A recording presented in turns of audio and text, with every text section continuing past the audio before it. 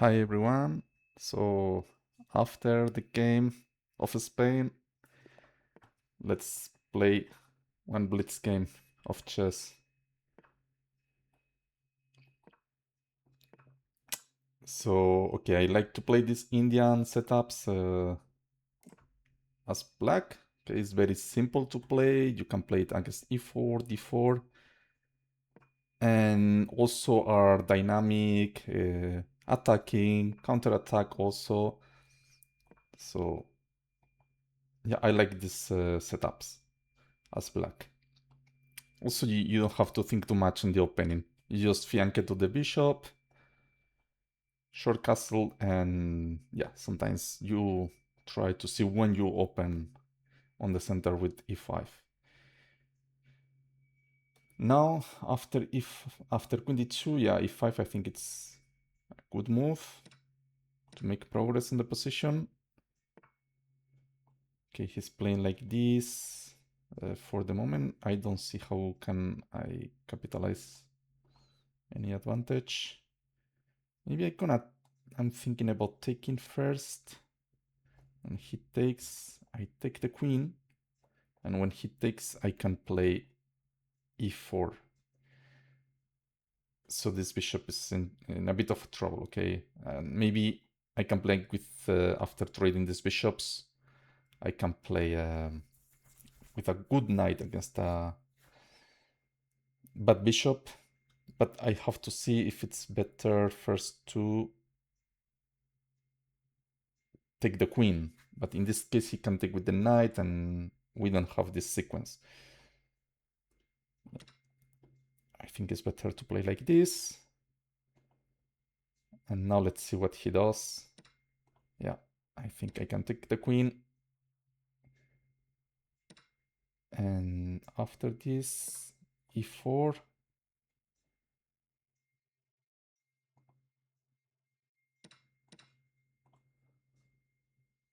And let's play this endgame. Sometimes you have to play simple, and that's it. Don't complicate. And now let's see if I'm interested in to trade at least a couple of rooks, to trade both, or don't trade anything. In this case, okay, maybe all these three choices are the same or are similar.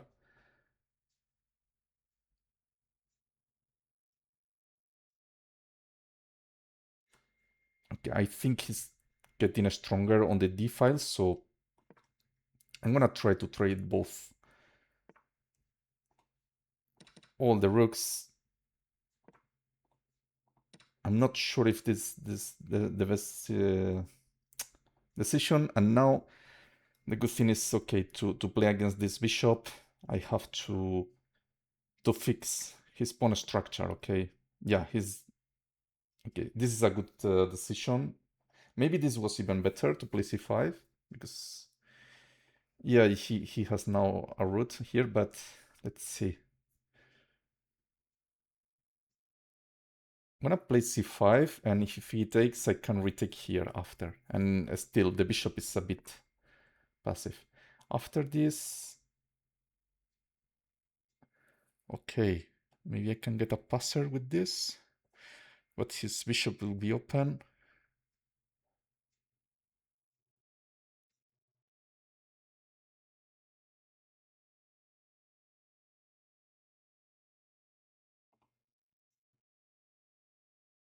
I think I'm gonna take here. Try to create a passer, because this pawn is gonna be more far away than this pawn from his king, and usually in the endgames this is a good idea. After this, okay, I'm gonna play this, trying to force him to play b5. I'm playing very slow now, so I have to go faster and try to put the knight here in this outpost. Okay, I have to play really fast now.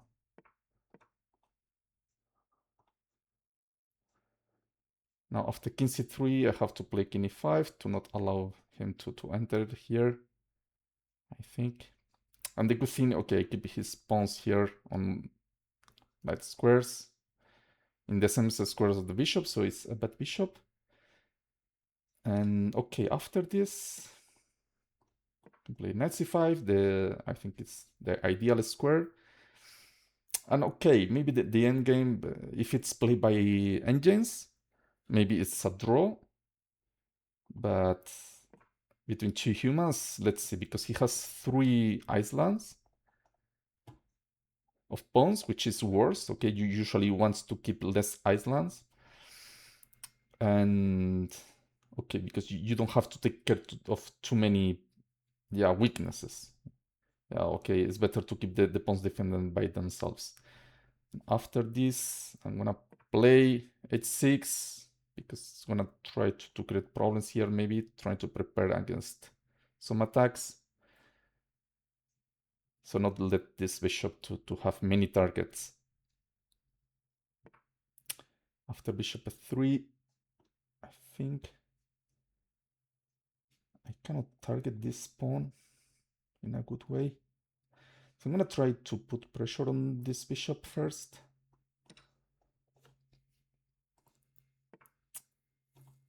And I think this is not a good move, no? Because I can take here, win a tempo, and then okay, I'm gonna try to end a tempo while I keep this king in check, so he cannot cross here. And now I think this is good. Try to remove the king from a good square. Okay, I'm simply trying to make his pieces be worst. Sometimes is the only thing you need to do in the endgames. Okay, to improve your pieces while the other pieces are worst. The king is a very important attacking piece in the endgame, in contrast of the middle game. After this, I put a knight here, but also if he defends, maybe in some scenarios can win, but I don't think here. I can't trade yet. It's not a good idea. I'm gonna try to move to shuffle the knight, so he cannot protect both weaknesses. And now, yeah, now we are good here. Now, which I think it should be winning already. A pawn is enough in the endgames, especially when the bishop has no targets. And yeah, okay, this king is kind of passive. Okay, my king is more centralized. So he resigns, and that was a nice game at the end. Like I like the end game, how it went. So I'm gonna do review, and let's see what the computer says and what was the accuracy. Okay, this time I had 91. I think if I move it here, no, I will need to make it bigger, okay, for people to see. Yeah, 91. And okay, I'm happy of how, okay, basically it was an instructive moment, I would say, in the endgame. Yeah, he also, okay, I play easy setup, but he also, okay, he plays like this cold Zuckertort setup, which is very easy also. And okay, this was normal, more or less. Maybe, I don't know if, okay, this queen d2 was strange, but okay, also you want to understand maybe he was trying to, yeah, thinking about this break and then to be stronger on the d file. So e5, yeah, typical break. And after this, let's see, yeah, I think bishop f3 was a good move. And then traded and queens also, e4 also, but that was good according to the engine. All these trades are good too, so I'm happy that I was correct this time. And this c5, okay, maybe there was something better. Maybe knight c6. Knight c6 was better. Yeah, maybe. Okay, winning a tempo here and maybe trying to improve the knight simply. But okay, this move, this c5 was decent. Okay, this was good. And this trade was correct. And the point, okay, I was trying to make is that in the endgames, whether it's with a bishop or not, okay, only with kings, yeah, the kings don't like, okay, to go against, okay, to go far away, because if it's a matter of trading pawns, yeah, my king will be, okay, after, will be faster to take all these pawns, okay, and the endgame will be winning. So that's why I tried to do this. Maybe trading here was good, but after, I don't know if knight c6 was better according to the engine. Or simply, yeah, simply to improve the king. And maybe, okay. But the idea, the strategic idea was this, and yeah, at least I fix these weaknesses, and okay. Yeah, I have a good outpost after this on c5. And okay, here, I don't know if h5 was better. Simply give a check, but I didn't like to trade pieces here yet. Maybe it was a good idea, but usually, okay, I should not lose, but I was fearing to simplify too much, and that white has a setup where it's a draw, and that's it. I didn't have time to calculate this endgame. In a slow game, maybe I have time, and okay, I can calculate all the possible scenarios and if I win or not, because you have to calculate if you can enter with the king and finally take the pawns. But yeah, that's why I didn't want to commit into this move in a blitz game.